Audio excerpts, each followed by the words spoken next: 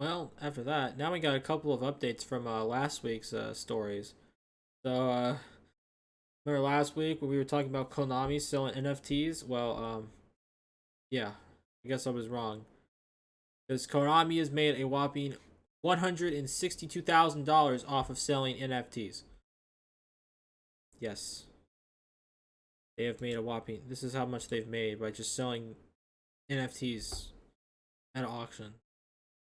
Last week I was saying, oh, they're not gonna make any money. I don't even know if I said that, but that's my thought process. No, they made over 160K off of selling Castlevania NFT.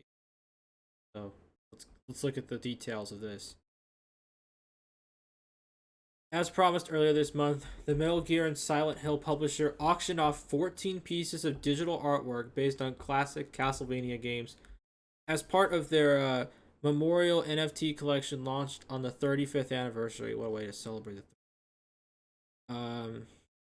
By midnight, Saturday, the entire Konami Memorial had been sold via Marketplace OpenSea, with the NFT artwork selling for an average $12,000. $12,000. The NFT with the highest sale price was an artwork based on the Dracula's Palace map from the original Castlevania, which sold for $26,000. $26,000 for a stupid Dracula's castle map. Another NFT in the form of a 3-minute highlights video edited from various Castlevania gameplay were sold for $17,000, dude. What the hell? OpenSea takes 2.5 commission fee for any transaction, which means that Konami could have earned over $157,000. God. Konami, oh yeah, it's called the Castle. Here you go. You think they're gonna go anywhere? No, they're not going anywhere. This is just the first project it has planned with NFTs, and after the huge sums earned from its debut, it's almost certain they're gonna return. Yeah, this is pretty obvious, you know. But just because Konami did fantastic, that doesn't mean that everyone's doing great, because this also came out. Ubisoft Quartz only made $2,392, likely hurt by higher supply. So I think we're going to see where this is going. The 164,000 success with Konami's one of a kind proves that Ubisoft's Quartz were hurt by massive supply. So you can probably see how this is going to go.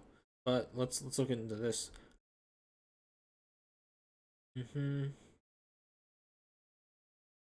Konami's Castlevania has been quite popular. The quartz were minted as in-game cosmetics, could be auctioned off and resold on platforms like Rarible and Object. Object. Object. Okay, we'll go with that. So here we go. Here's the total stuff. This is the interesting part right here. So Ubisoft sold 6,000 NFTs in total, and they sold 3,000 of the. I think this is how it is. So they sold 6,000 total NFTs, and this is the stats. Well, and they only made about $2,000. While Konami sold only 14 and made like quadrillion the amount of money that Ubisoft made. So what does this mean? Well, firstly, for any gamer that thinks that NFTs are going away, you are sadly mistaken. I am sorry. As much as we want them to go away, they are not going anywhere. After this, there's no way NFTs are going anywhere anytime soon. There's just no way. But another thing that we can take away from this is that this is probably not. We're gonna probably see artificial, like, what's the word? Artificial, like, inventory would be the word, I guess. Where basically there's like they put up only like 10, like, hey, we only have 10 NFTs of these. You better buy them now, or else you're not gonna get them. Because I mean, that's just my opinion, because I just don't see, like, because whenever there's a huge supply, people aren't going to put as much money, but when there's not, then they're not going to put much money up. So I don't know what it's going to be like, but I could totally see companies going into this Konami direction. But I guess we'll have to see. It's going to be interesting, and by interesting I mean kind of depressing, but yeah.